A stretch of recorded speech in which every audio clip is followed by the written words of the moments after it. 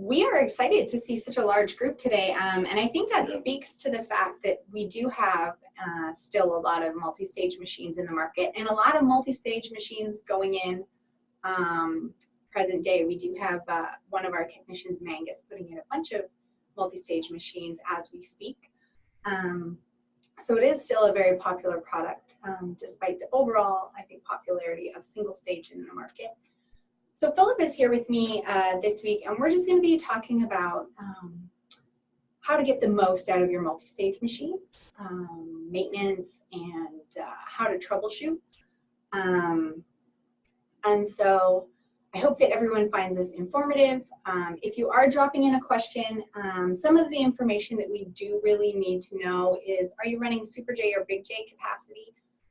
If you're running SST flats, that's important. And if you are on and you are running a species other than chicken, also important, because those turkey and duck multi-stage machines are slightly different. Also, if you happen to have Hatch Commander, that would be a good thing to note, as that is a different size multi-stage machine. So with that being said, welcome everyone, and welcome Philip. Thanks for having me. And let's go ahead and jump right in. Okay. Ready? Yep.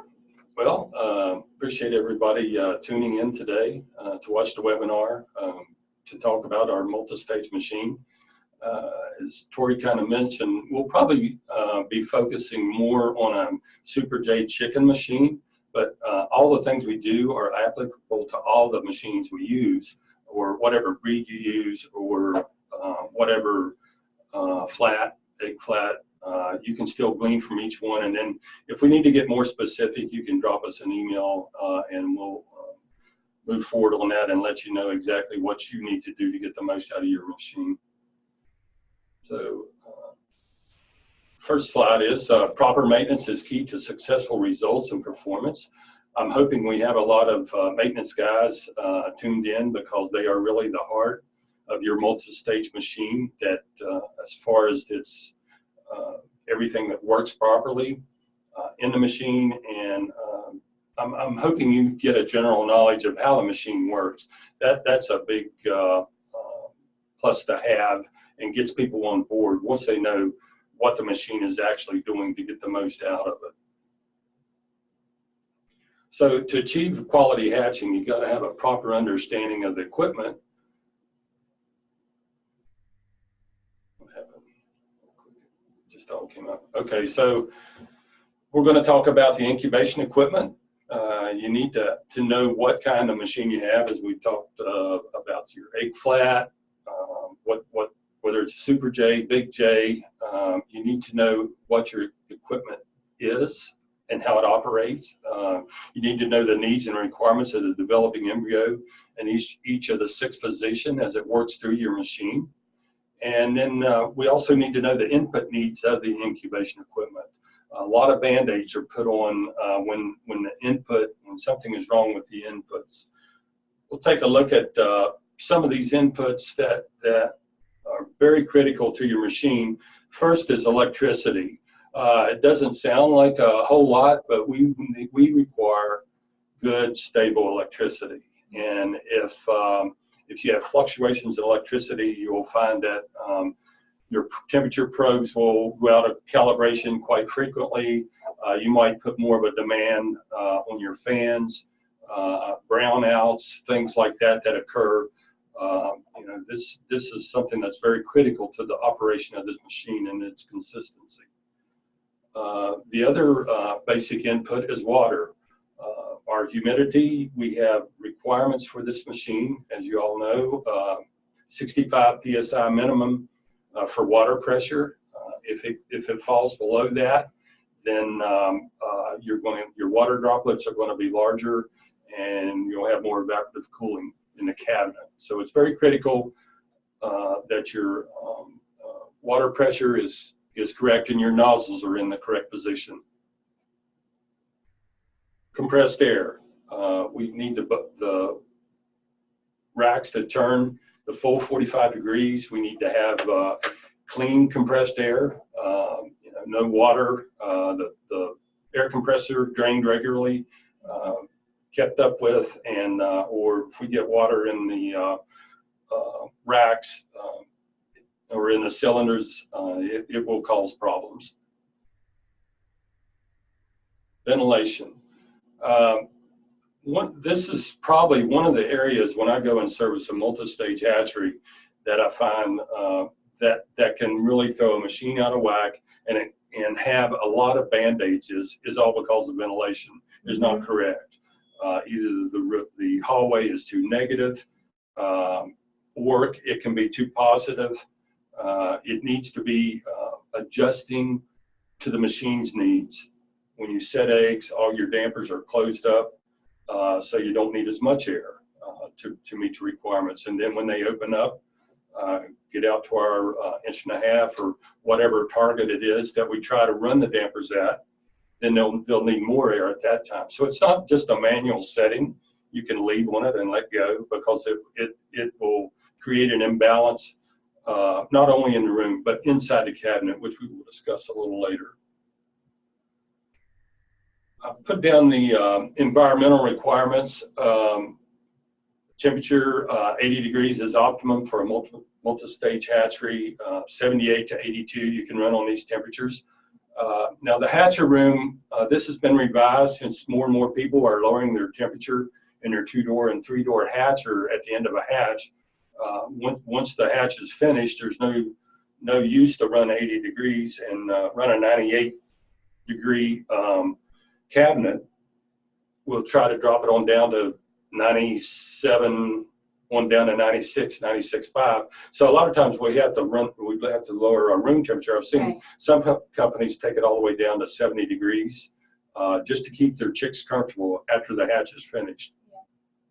And if you have Guardian, depending what version you have, you should be able to actually schedule that change so that you can schedule at a certain time of day your room temperature to lower, or you can set it to lower across a few different steps. So that's something to think about, rather than having to do that manually and then have that risk of someone forgetting to turn it back up when you're getting ready to transfer into those hatchers again. You know, profiling. Exactly. Profile the room. That's really coming. A lot of hatchery managers like that feature, being able to do that. Relative humidity, we try to run an optimum of 55%. I was just talking to a hatchery, and they felt that this summer they don't have any humidity control in their room, and because of the summer climate, they were running 55, 60%, and so since then they've installed a humidity system, and they're really going to run on the upper side because they saw such their hatch with so much better chick quality is where they really saw the greatest benefit. Whatever is going into that machine, if the air is tempered in more of a climate going in, then the machine has less work to do to compensate for that. Room pressure. This is a very critical, probably one of the things that I think we overlook the influence that the room pressure has on a multi-stage incubator. I've gone to hatcheries and taken my readings, and everything would be so far out of whack I couldn't really figure out why. The machine, gaskets, things like that were all in place, but then I came to find out that the room was running negative. And when the machine has to pull that air in, then it changes where the temperature is throughout the cabinet changes as well. And again, if you're running a plenum, then we need to make sure that we're running the correct plenum, which we'll look at. But I like to say that the machine doesn't want to be pushed, doesn't want air pushed to it, and it don't want to pull, doesn't want to have to pull it. It just wants the air available for its needs, and it'll take care of the rest. If you run a positive room pressure of 0.05 to 0.15, somewhere around this range, and it'll balance that machine out. Plenum, if you are running a plenum, if you reference your to the outside, you would want to run a negative 0.05 to an 0.15. And then if you reference to the room, which seems to be a little bit more stable when you measure to the room, you don't have as much wind factor, things like that, and it'll keep that correct. So it's just very, very minute pressures here that we're providing what it wants, and we're getting rid of what it doesn't want, basically. When we come in, when I come in to inspect a hatchery and do a service visit, there's 4 basic checkpoints that I do. These are found in one manual we have called the multi-stage addendum, which we have in PDF format if you would like a copy of that. But 4 things I check is calibration. It's critical to the operation of the machine, of the embryo development, its speed, temperature. I check the incubator pressures. We'll check the entrance in crossbar temperatures. And then the exit in infertile egg temperature. So usually what I do is I'll choose 8 machines in a hatchery. I'll go to most hatcheries have 4 hallways, so I'll take 2 machines out of each hallway and record this data, the calibration, the pressures, the crossbar temperature, and the egg temps, and then by using this data, I can tell you mechanically what is wrong with your equipment. There are a lot of factors.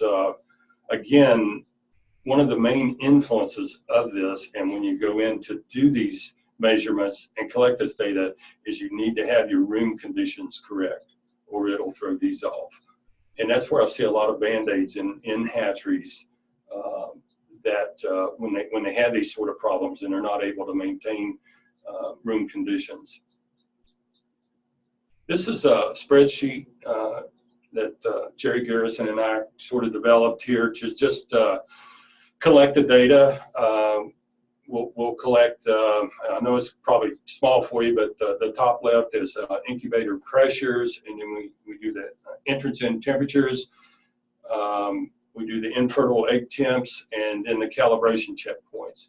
Over on the right, when I do the crossbar is normally done 24 hours after transfer. And so I've got some temperatures here, what would be expected at 12 hours and at 24 hours. And then later on, sometimes when I get to a hatchery, it's not always on time. I can't be there specifically at 24 hours after transfer. So I kind of use this to go through and take my readings to see what the machines are, how they're operating. First thing we'll talk about is the temperature calibration procedure. I'm sure you all are aware of that and probably calibrate. I will say I've gone to hatcheries and they still use a metal probe, and it sticks out in front of the baffle. But we recommend the plastic probe along with the 1/4 inch tubing and the 3/8 inch tubing that we can slide up over the RTD probe and then insert our probe tip for measuring the temperature, checking your calibration. So the sheet we looked at earlier, here's a picture of that. This is of a particular hatchery. I went in, you can see I've got 8 machines there on the left. This hatchery was running 98.3, and then you can see some of the actuals were way off. Machine number 5, it's a +0.7. So you know, if you're having poor quality chicks, you know, things like that, this is an area you would check. You would go back and check your calibration. Get this here. So you want to use a calibrated up-to-date Cooper TM99. I know there's other manufacturers that make equipment. This has been my bread and butter standby. It's just very handy to use, but it does need to have the calibration done yearly on it. It's good for a year, and you can either send that to Jamesway and have it calibrated, or there's other places that you can send it to have it to make sure that it is reading correctly. You want to ensure your 3010 or the plastic probe, the serial number matches the instrument. I've gone to hatcheries and there'll be a box of temperature lead probes, 3010s, and a box of your TM99, and you don't know which one goes with which.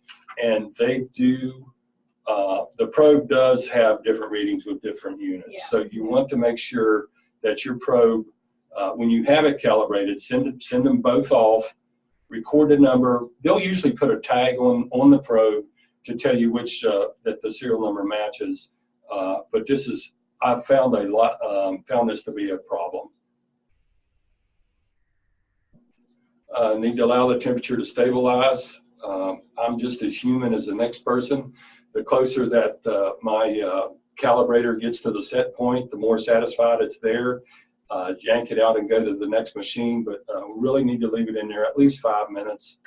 And I know a lot of you will put it in and go do some other duties and then come back and check, just you know, to make sure that it is the temperature has stabilized and you are reading correctly. The baffle covers on the end of the probe.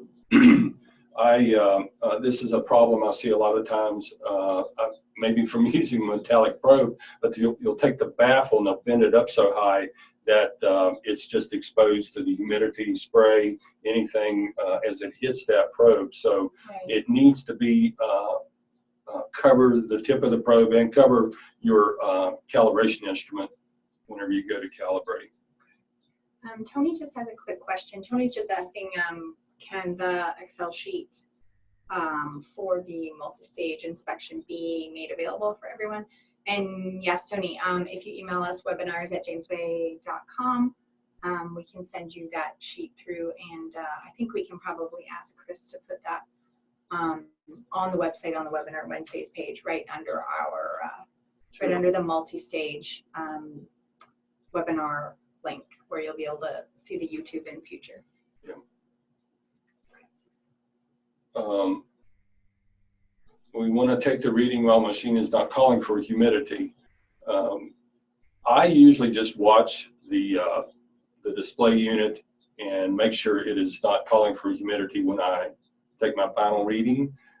Some people have taken disconnected the humidity wick, just taking it off so it's not calling for humidity. I think it tends to get pretty warm. So like I say, there's usually a 10 to 15 second span that it won't call for humidity or that much, and you can ensure your reading is reading accurate.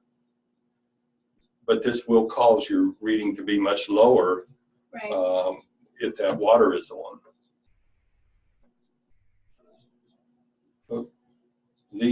Just one other thing to mention is our manual says every 3 months you should be doing calibration. I think some people might do it once a year, every 6 months, but it's a very critical operation that we should check very frequently, and especially if you have some electrical problems. If you go through a lightning storm, you may have had some power surges, things like that. It's probably should be checked more frequently. For sure. And when I was a hatchery manager, I checked every hatcher at every transfer. It was very critical. It's just something that I did. But another thing I'd like to mention, if your maintenance guy is calibrating and he goes to do a unit and it's 7/10 off, I think what I did, I would always have my my maintenance guy come and get me to go and just confirm that the values were really off. And if they were, then we would adjust it accordingly. Yeah, that's a significant Yeah, difference. but I think you need 2 people to check that. And if you're off that much, you usually go halfway at a time. You wouldn't adjust your down. You wouldn't do 7/10 all at once. You Right. would do it 3/10 first, and then go back and monitor a little later. That completes temperature calibration. I know Tony had asked a question. Does anyone else have any questions before we move on?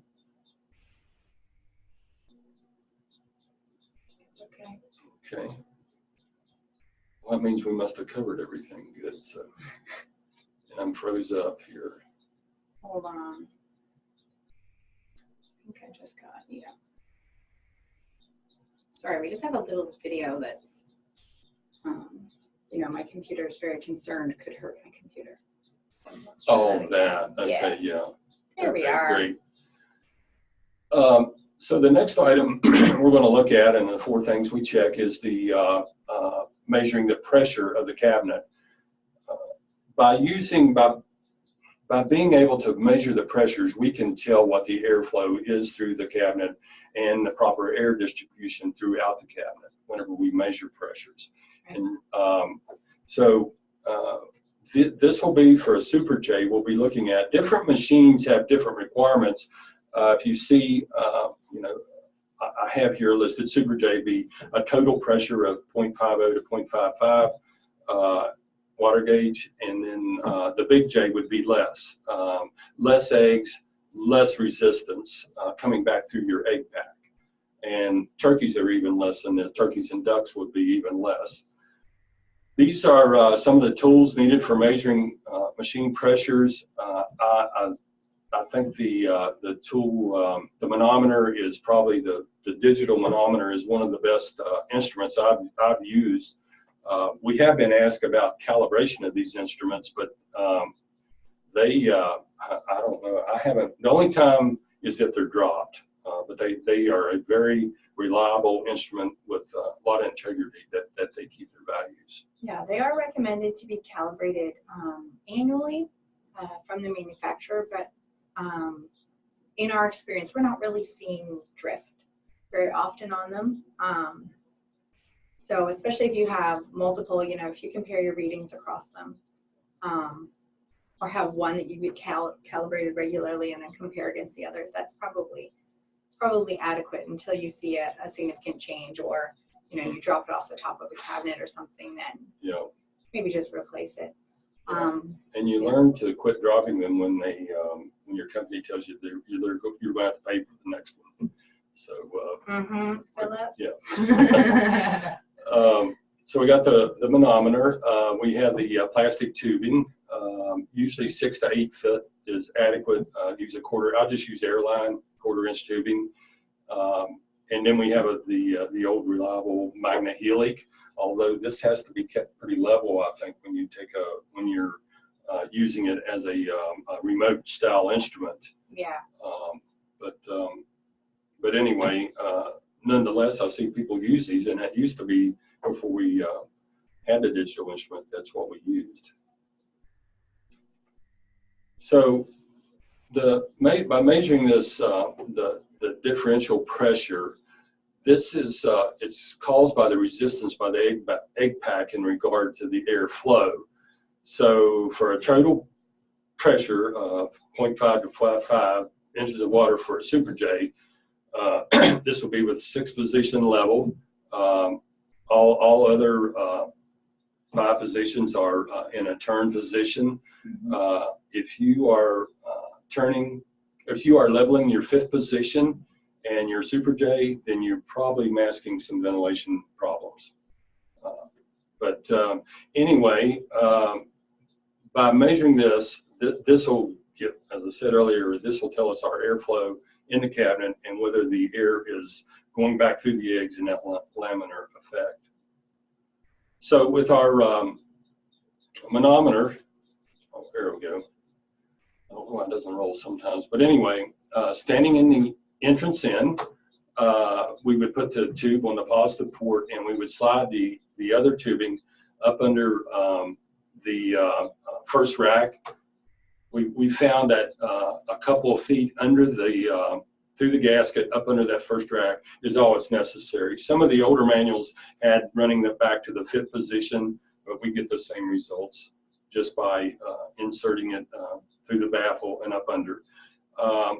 And we'll do right and left pressure when we do this.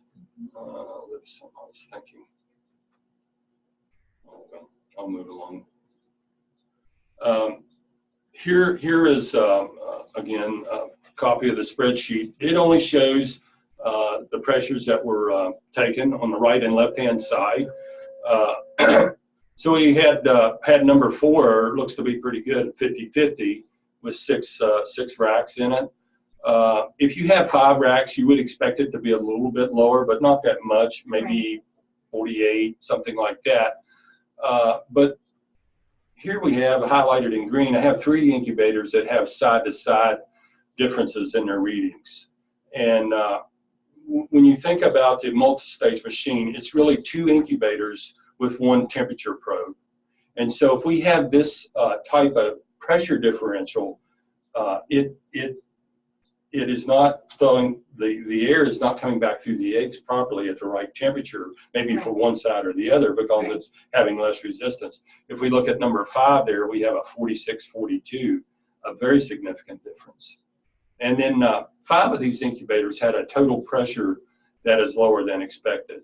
So what we'll do now is just take a look at what can be some of the maintenance concerns. There is some egg pack issues that we let the manager worry about, or logistics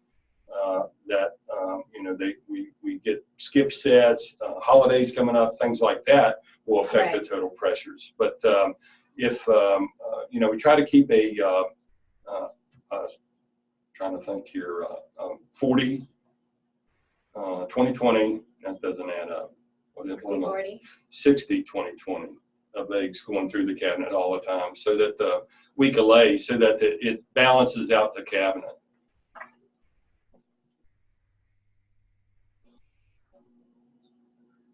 One of the things caused is improper turning. So if your readings are low, or your side-to-side differences are off quite a bit, can be due to improper turning. If the rack does not reach its full 45 degrees, then the resistance is less on that side, and the air just passes right over and makes a big difference in that. Another cause for maintenance related would be using a pallet jack to move your eggs around and not getting it all the way up underneath the rack and pumping it up and creating a crease in the bottom, and it will the racks won't turn so far. So it's been at the bottom. Right. Need to keep a check on that. Make sure that they're turning the full 45, or we don't get as much resistance, and then we don't get the proper airflow through the cabinet. And this is just a diagram of showing the racks and where you would look. Curtains.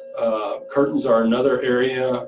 If you've got gaps in your curtains, if they're old, cracked, dilapidated, don't fit properly, the air as it is supposed to go back over the eggs and then over top of the egg rack and then back through the eggs. If you've got cracks in your curtains, then the air is just going to pass right through there and miss some of the critical areas when you get in the 5th and 6th position that need that airflow. It'll be short-circuiting and going into back into your mixing entrance-in chamber earlier. Fan blades. This can cause a significant pressure imbalance if you have the wrong fan blades. If you have blades that are not set in the venturi properly. We have in our manuals the proper depth of the fan blade and what the setting should be in relation to the venturi. If it's too far in or not enough out, or things like that, all have a very critical factor in your pressure not being balanced. Gaskets. This seems to be another critical area that I see where where these become either detached or there's no gasket at all, and it'll show up on that side that it won't have enough resistance. The air just passes through the gasket. It's again following the path of least resistance. Gaps between buggies. Some of the older installations have their tracks embedded in their concrete floor, And over time, these will become at different pitches, so your racks will start to spread apart at the top, at the bottom, just different areas. And again, that causes a place for the air to go right in and right back into the to the closest racks, and not go all the way to the end where it needs to go through. So and then your tracks, if your tracks are above, you can adjust them, and should be something that is periodically checked. That is something that we check when we do a new installation. We put racks in those machines to make sure that each one is fitting tight. And because if you get a gap on the top of that buggy, there's not much, there's no curtain or anything unless you put something up there. Yeah. And I have seen hatcheries have to do that. There was nothing they could do with being able to get it level. They put a piece of plastic, just cut a piece and set it right over top the buggy to get the correct amount of airflow through there. The other is doors not sealing. This will cause not only in this in imbalance, but it also imbalances the 60-40 that we'll be looking at a little bit later to the airflow as it comes through the cabinet. But on the entrance end and the exit end, both of these doors need to fit.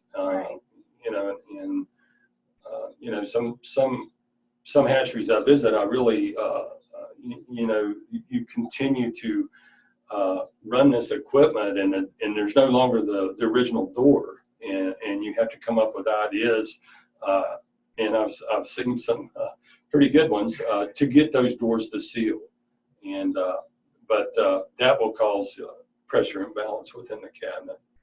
And our center out door,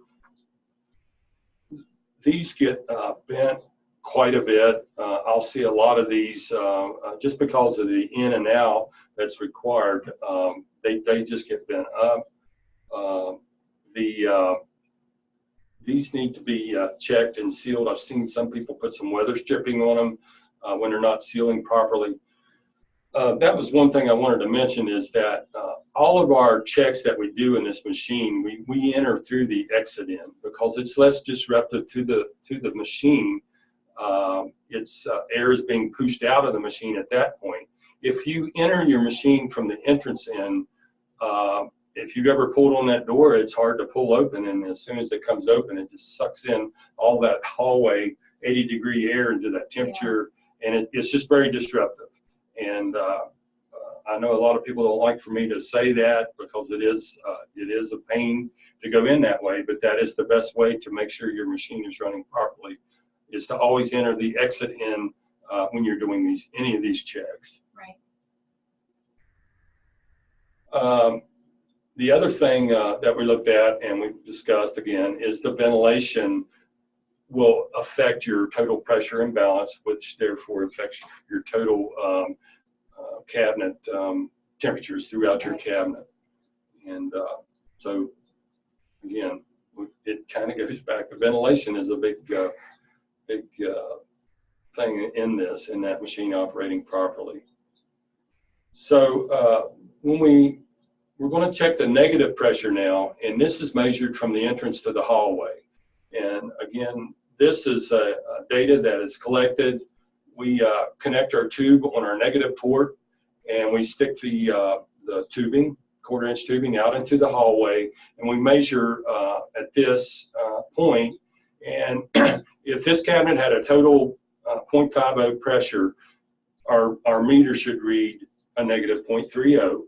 It's right. Negative in there, it's pulling air in, it's negative in the entrance in, and it should be, if you divide the 30 into 50, it should be 60% of your influence of the cabinet.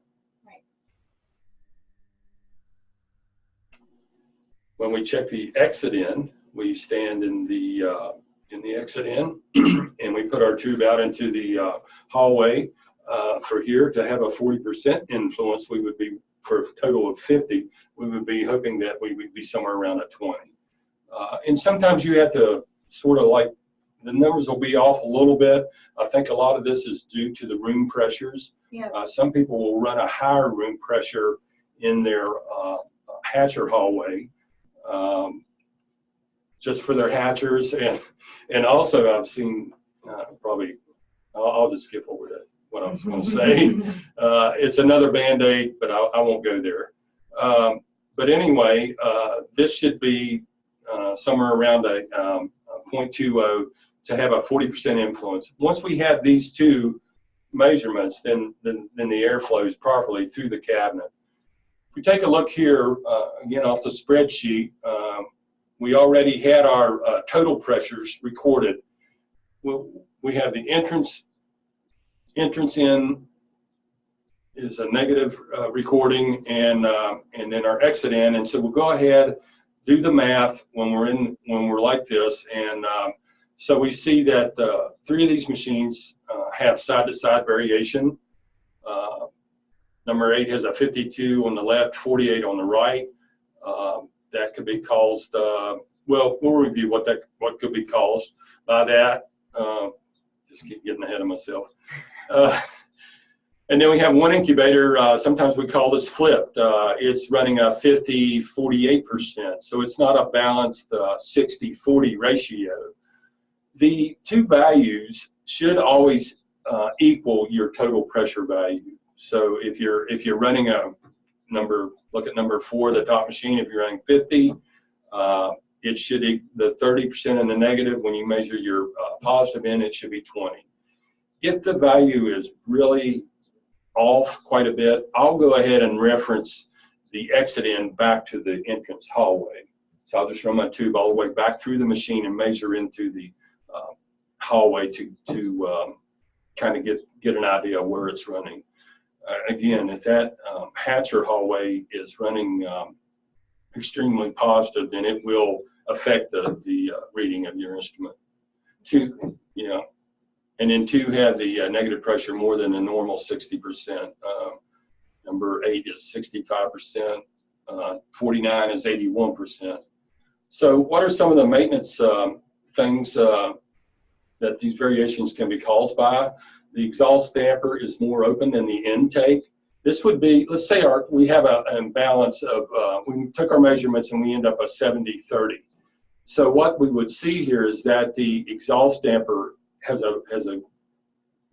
is more open, relieving more pressure in the exit in. Right. So instead of that air being pushed back through the eggs, this is going out. It has no resistance, just pushed on out the exhaust. Right. And the other area of concern would be excessive air leakage at the exit in doors. The best time to check your damper openings, and a lot to do with the imbalance, is that they are both working together. When you set your eggs, the dampers should run closed, and while the machine's heating up, and it should be a 1/2 inch opening in the exhaust in the damper locations. They should be a 1/2 inch opening in both ends, and they should be together. Over time, some of you all are sitting on hatcheries 30, 35 years old. That damper's been working for that many years. It will get off. It'll get worn. It'll get in binds. It'll not get true to the opening. So those are things that usually I can correct an imbalance in a machine simply by adjusting the dampers that have gotten out of whack over time and just worn. I want to take a look now at the pressure imbalance. Let's say we have a 55-45. So our entrance in is less, our exit in is higher. Things we would look at would be the intake damper more open than the exhaust damper, and then excessive air leakage at the entrance in doors. So again, these are things that can cause an imbalance within this machine. You can see that a lot keeps going back to that damper, right? Room ventilation, and our doors. That they're sealed properly. we have any questions on, I know we went through there pretty quick, but covered a lot of ground there, but if you have any questions, feel free to ask. But if I missed something, maybe we're doing a good job covering everything today. That's what they say, right? So no, we don't have any questions right now. Of course, everyone go ahead and enter them in, and we will continue on. I think looking at temperatures now. Yep. We're going to take a look at the entrance end temperatures. Don't pay any attention to this illustration with that door being open, but he would actually have come in through the exit in and be taking his readings there.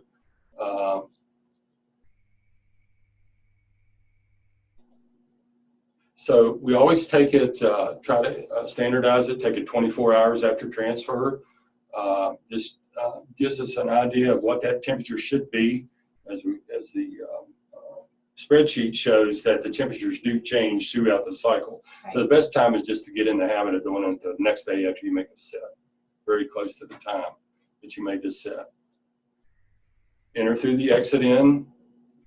You attach your probe to crossbar. Again, allow it to stabilize and record your temperatures left and right. A lot of times if I get a reading that is severe, I'll go back and recheck it after I check the other side, just to confirm everything is reading properly. So here we have an illustration here from the spreadsheet. We have some side-to-side differences. That's when I'm trying to see, number 8 is I think that's 100.6 and 100.1 right and left. That's pretty severe. Again, we got one probe controlling this machine, so it's what do you do to correct this type of thing by adjusting temperature? It's very difficult. We have to get our maintenance, our gaskets, things like that correct, so we get the same temperature side to side, very close to each other. And then we have a machine that's higher than expected, and then one machine that is lower than expected. So if we're using a 98.8 set point, 24 hours after transfer, that crossbar should be very near 100.3. Might be a little high, a little low. We say within a tenth. We're hoping to be somewhere within that neighborhood of right. that crossbar temp. We're going to take a look at some of these variations can be caused by your egg pack. Right. So fertility, maybe on number 8, the left side had a low fertility flock on that side. So it's very, very important that we balance that machine, that as much as logistically possible, that we have the same grouping of eggs on the left and right side as we set eggs. Egg size imbalance. Again, this could be a very young lay in flock on one side and older lay on the other, which will cause temperature variation. The air comes back quicker when there's a size imbalance on that particular side, less resistance. Partial setting. I know got holiday settings coming up. Again, you wouldn't expect your readings to be as high if you are partially setting, but in the manual there are diagrams to ensure that both sides equal out. When you are partial setting, you wouldn't want to put an empty rack on one side and a half full rack on the other. You would divide those up equally. Right.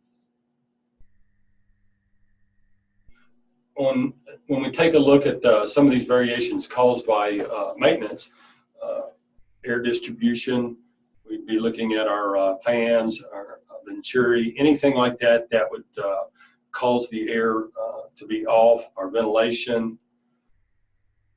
Air leakage around gaskets can cause these temperatures to be off. Incorrect humidification. We got nozzles on one side that are squirting or clogged. If they're clogged on that side, temperatures typically are running higher on that side. And the humidification in the right adjustment from the ceiling. Calibration. Machine can be out of calibration. That's is the reason the entrance in isn't reading where our expectations should be. So is there any questions as we move along on this? Nothing at this point. Okay. Hope we're doing a good job then again. The last thing we're going to look at is monitoring the temperature of the infertile egg temp. We'll select some eggs. How we do this, we'll candle locate a top, middle, and bottom infertile. The infertile egg will be the same temperature, or very near the air temperature of the cabinet. So we'll locate those two, mark each egg with a marker. We'll punch a small hole in the egg to insert our probe through. I usually use a very small Phillips screwdriver and just use it like a drill, knock a small hole in it. I just leave the eggs in those top, middle, and bottom positions. I don't take them out. And then I'll insert my probe into each one and allow it to stabilize. Stabilize is much quicker in liquid.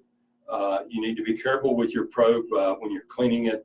The tip will pull out if you pull too hard. So usually you push inward when you go to clean that probe. You record your position and your temperatures, which we have set up on our data sheet to collect these measurements. So looking at a Super J, and the expected for a 98.8 set point, our top and bottom should both read 98.8, and our middle can be a little warmer at 98.9 to 99 degrees. Right.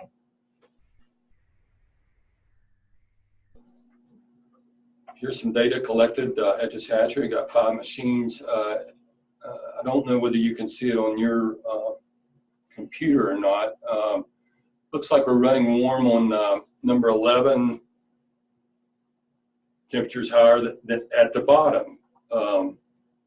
Temperature different than set point on number 13. You can see we're 98.8 set point. We're running a 99.2, 99.3, 99.2. All the way across the board, the temperature is much warmer than the set point. And then we have side-to-side variations. One side's running 2 to 4 tenths higher than the right side. So, and in number 17, we're looking at a cooler temperature compared at the top. So this is data you can collect, and just to see how your maintenance program is working, if it's running where it should be. And these are very, very good tools to use. So when we have these temperature variations that would be caused by maintenance concern, with temperature higher at bottom compared to the top, is an airflow issue. So we would look at our fans where the air goes in at the bottom. So that's it's hotter at the bottom. I'll keep going here. So these are the things that could cause this air being warmer at the bottom when you took your reading. And these are some of the airflow things that affect our airflow in our cabinet. Temperature difference than set point would indicate out of calibration. Right. And I'm not sure if I mentioned this in this slide, but again, I've seen severe ventilation problems outside the cabinet affect that temperature probe. The probe is 98.8. That air that goes over the probe, the first air that goes back through your eggs is 98.8. So your infertile will be that temperature, the air temperature. And that's why we're looking for the 98.8. Right. A little bit warmer in the middle, partially because the flow pattern of the machine is a little less in the middle, I think. Yeah. It runs a little warmer. Side-to-side variations indicate airflow. Again, those are things that we would look at. Humidity could also be cause some of the side-to-side variation if it's the nozzles are clogged on one side. A temperature lower at the bottom compared to top is a water humidity concern. Usually the droplets are too large, and when it rolls over the top of your rack and hits the first eggs going back through, that's where the water is coolest. And Sure. evaporative cooling in that area is more severe. So the things we would check would be spray nozzles to make sure that, and anything else, any other factors that be related to a humidity or water problem. That completes our exit-in temperature. Do we have any questions on that?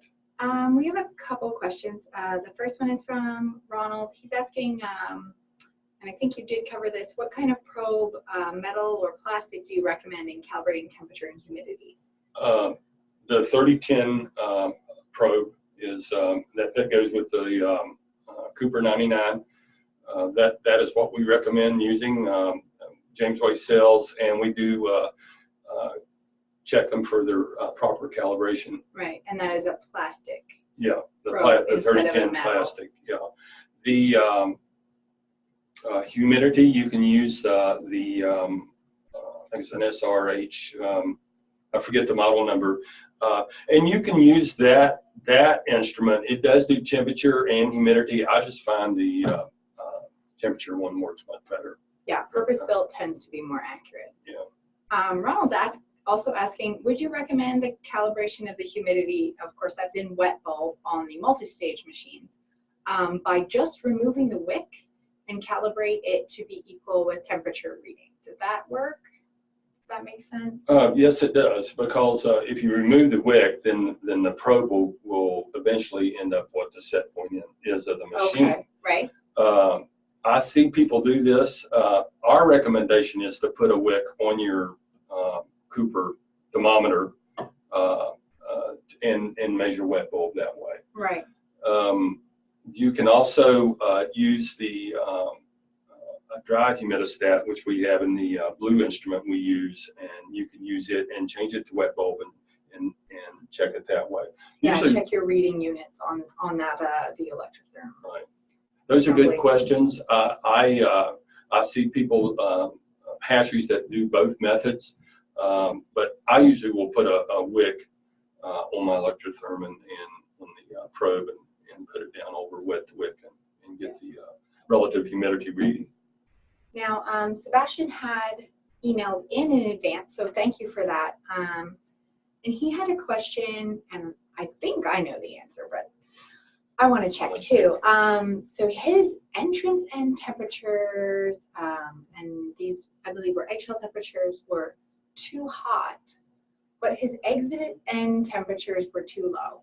And Sebastian, I think this discussion was also covered in our Ask Us Anything that we did in October of last year. So you could also refer back to that. It's on our YouTube channel, because it sounds like a common problem. So entrance end eggshells are too hot, exit ends are too cold.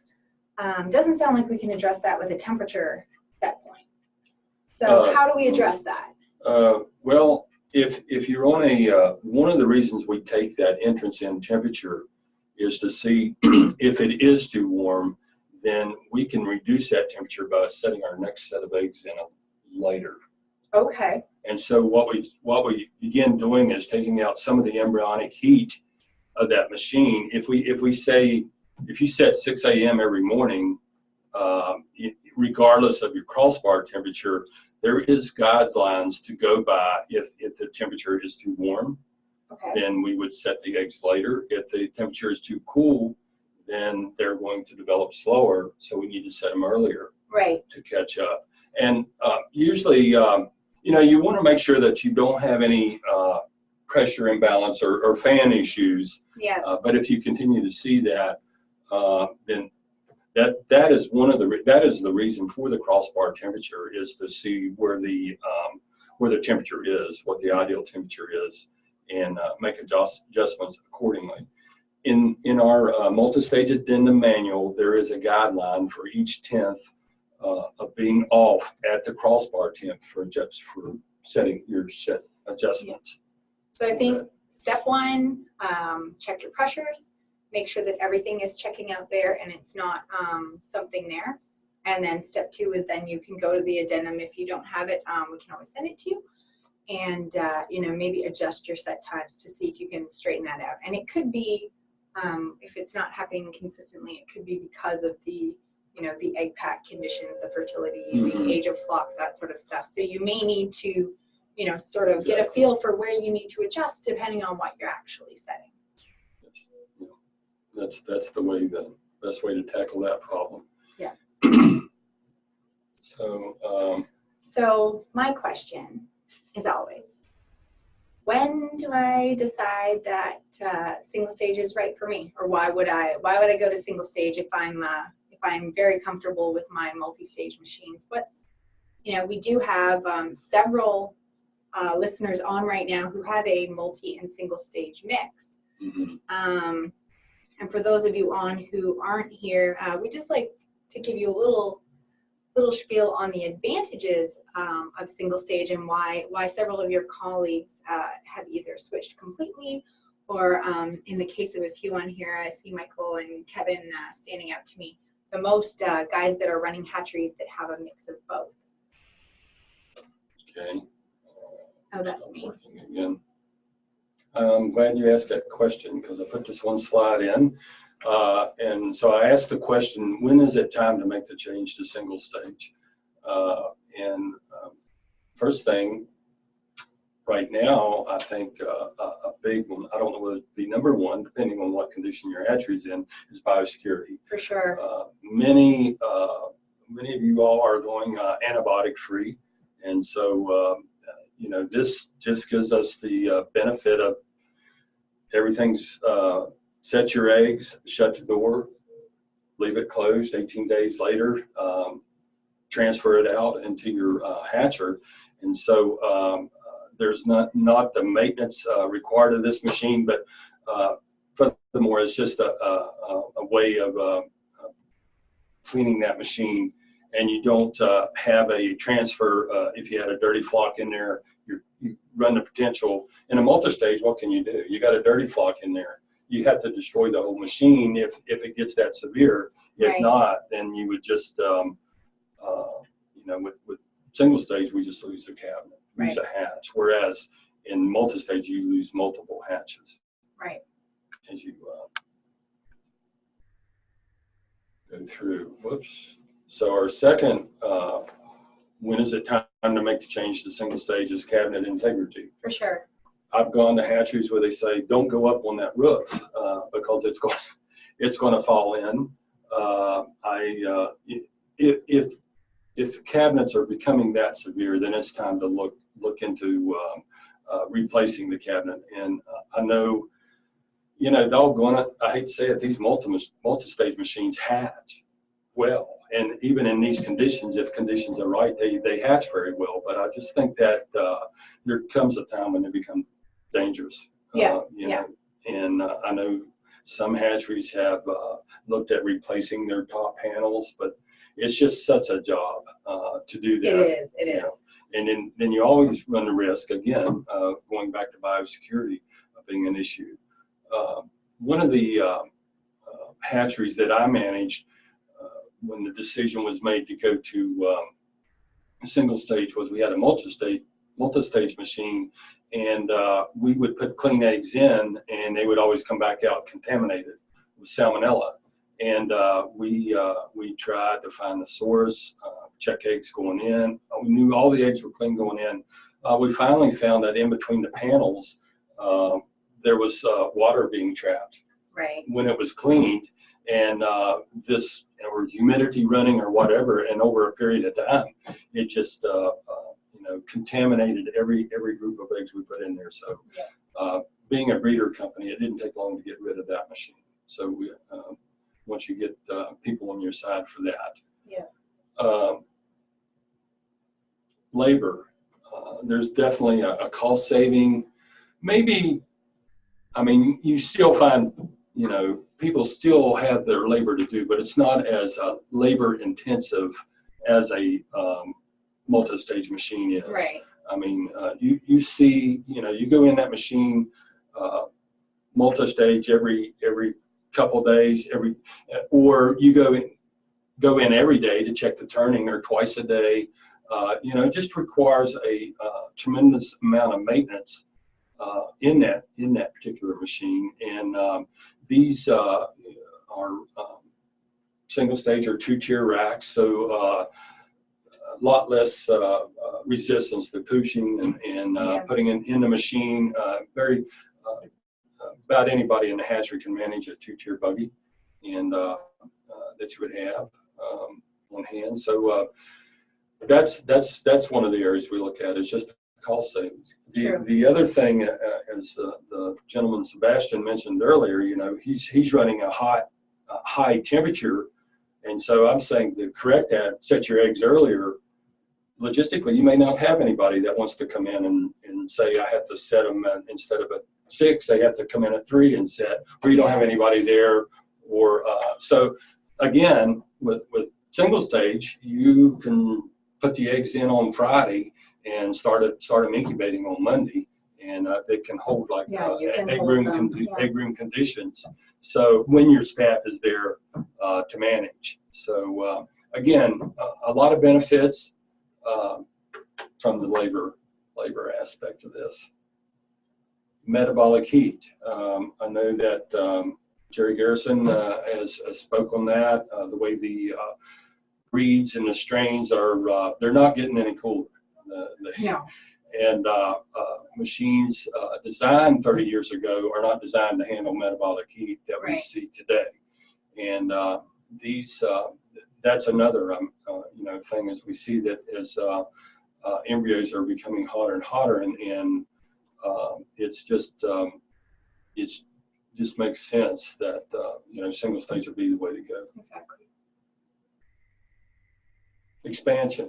I think a good time to consider going single stage, and Tori alluded to earlier, we have many hatcheries that are watching right now that have 2 or 3 different styles of maybe have a multi-stage incubator, then have the newer either a P1, P2, or our new 24-volt. Or all 3. Yeah, or all 3. We did something on tools a couple of months ago, explaining the trying to keep all your parts separated for that. But that anytime expansion is comes about is a good time to hey, let's look at single stage. And the thing about it is you can continue to use your flats in the single stage machine, so that wouldn't have to necessarily be it'd be a cost reduction. Yeah, that's an additional investment you don't need to make unless you need more for the increased capacity that you would be running. If you're using farm racks now, you could continue to use them. I think you may have to do a little bit of elevation to make them fit, but they will slide over. Yep. Another thing I was thinking about expansion, when I was a hatchery manager, they would have capital toward the end of the season, and it's like, hey, find something quick, and if depending on how much, if you're getting there and there's capital left over, is a good time to make that change to single stage, and evaluate that. I'm kind of laughing because you would get a call on Monday and want quotes by Tuesday on how much to redo the whole hatchery would be, and machines by Thursday. Yeah. And then the logistics of switching all that out. But these are just some things to think about, and I think that all 5 of these, you can find some things in there that would interest you. And I realize a lot of the people watching this are not the ones that make these decisions, but they are very valid points to consider when it's time to change to single stage. So any more questions? And just sort of while we're talking or waiting for your questions, that expansion point in particular actually leads really well into our next webinar. That's going to be November 21st. You may have seen it listed as the 7th on our website. We've had to move that. Philip and I will be doing a seminar for a customer that day, so I won't be here, unfortunately. But our Director of Global Services, Steve Dittner, I'm sure many of you have spoken to him in the past. He's going to be here, and he's going to be talking about 10 ways to make sure that your Jamesway installation runs smoothly. And that is for multi-stage installations, that is for single-stage installations. I think we'll touch a little bit on Guardian. But he's really going to be here to be answering your questions and concerns, especially if you are expanding, considering to expand, considering a new build, or even if you have our techs on site right now and they're putting up some equipment for you. Just some tips based on our learning in our years here in service, in terms of, you know, what are the common things we see that go wrong. So please do join us for that in November. And I know some of you on here have had some of your own kind of tales that you could join us and tell of how your expansions went and your major lessons as well. And then in December, we have a very special guest from the University of Guelph coming, Dr. Keith Warner. He is a professor in food microbiology there, and he does a lot of research for the meat industry, for the cannabis industry, for fruit and veg. So he's kind of all over the world in terms of food microbiology, but he's going to come in and give us a really good look specifically at sanitation and your testing programs, and how the quality of your incoming water is actually going to affect the effectiveness of your sanitation chemicals. So we'll be really excited to see him there. So watch for the news blast on that. We don't have any more questions. I hope that everyone has found this informative, and I think, like we said in the tools webinar, that it's a good reminder of all the things you should be doing. Philip is always here to help if you have some difficulty interpreting the results after you've checked these things. Sure. So be sure to email us. You can just email me directly at webinars@jamesway.com, and I will always pass you over to Philip for his expertise. Yes, and again, the addendum manual's available, PDF, and we have the spreadsheet. If you'd be interested in that, just let us know and we'll get you copies of those. Exactly. And I'd like to thank you for watching today. All right, thank you everyone. Since there are no questions, we are going to sign off. Thank you for watching.